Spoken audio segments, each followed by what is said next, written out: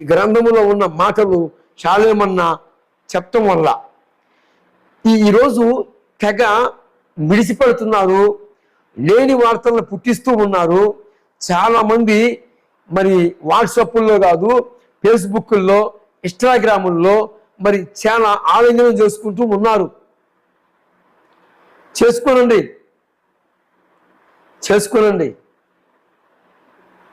అయితే ఒకటి నేను ఎరుగుదును, దేవుడు నమ్మదగిన వాడు. ఆయన అందరికీ న్యాయం చేస్తాడు, ఆయన అందరికీ న్యాయం తీరుస్తాడు. అది నేను ఎరుగుదును. ఈ యొక్క నేపథ్యంలోనే నేను చెప్పాల్సిన మాట ఏంటంటే, నిప్పుకి చెదులు పట్టదు.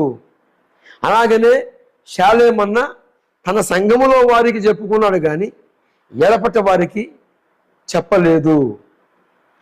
నేను నా ఫస్ట్ మెసేజ్ కాడ నుంచి ఈ యొక్క పూలు అనే ఆ మాట లేని వార్తని సంఘములో వారికి చెప్పుకోవటము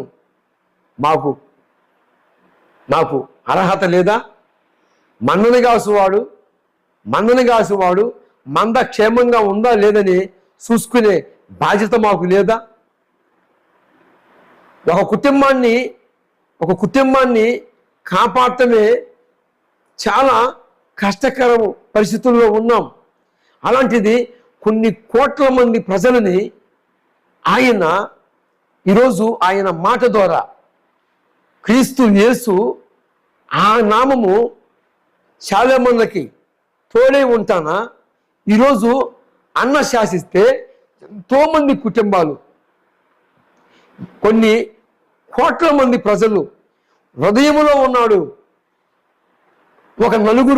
హృదయములో ఒక నలుగురు ఈ ఈ ఈ ఈ ఈ లలిత కుమార్ అనేవాడు, మరి రాధా మనోహర్ దాసు, మరి ఆ కరుణాకర్ సుగుణ, ఇంకా ఎవరైతే షాలేమన్న మీద మరి లేని నింద పుట్టిస్తున్నారో, షాలేమన్న చెప్పని మాటలని చెప్పాడు అని నిప్పుకి సొదులు పడుతుంది అని నమ్మియాలని చూస్తున్నారో జాగ్రత్త.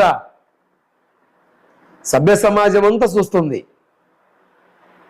ప్రజలే సరైన గుణపాఠం నేర్పుతారు, ప్రజలే సరైన గుణపాఠాన్ని నేర్పుతాడు.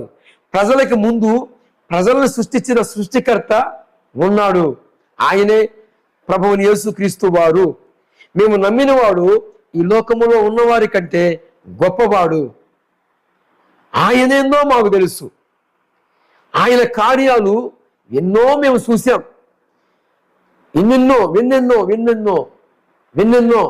ఈ సిలగలూరిపేట ప్రాంతంలో, ఈ సిలగలూరిపేట మండలంలో ఇంత పెద్ద మందిరము ఉన్నదంటేనే అద్భుతం కాదా? మహత్కార్యం కాదా? సూచిక క్రియ కాదా? దేవుడు అన్నకి తోడే ఉండి ఇంత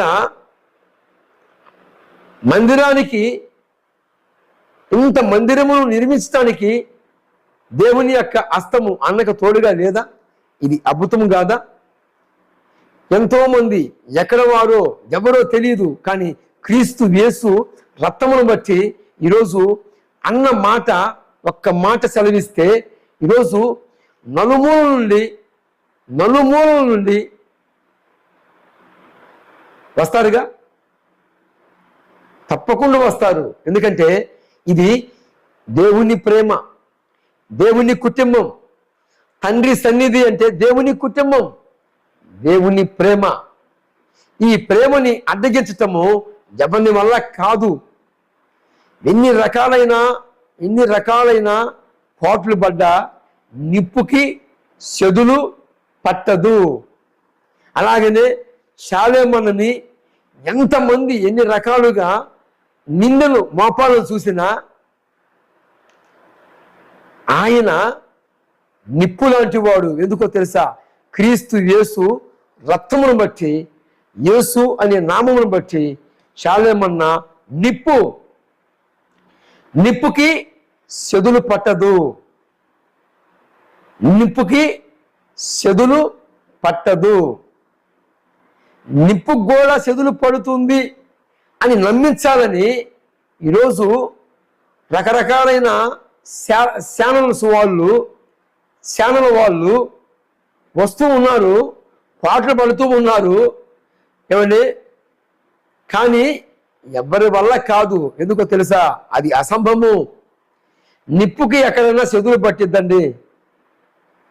నిప్పుకి సెదులు పడితే అది శోధమవుతుంది.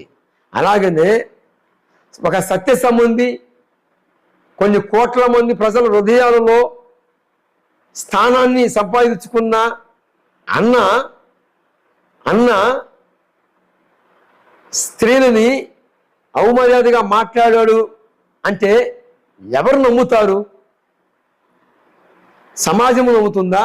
నమ్మరు. ఎందుకో తెలుసా? అన్న ఎప్పుడు కూడా స్త్రీలని అవమర్యాదగా మాట్లాడాడు.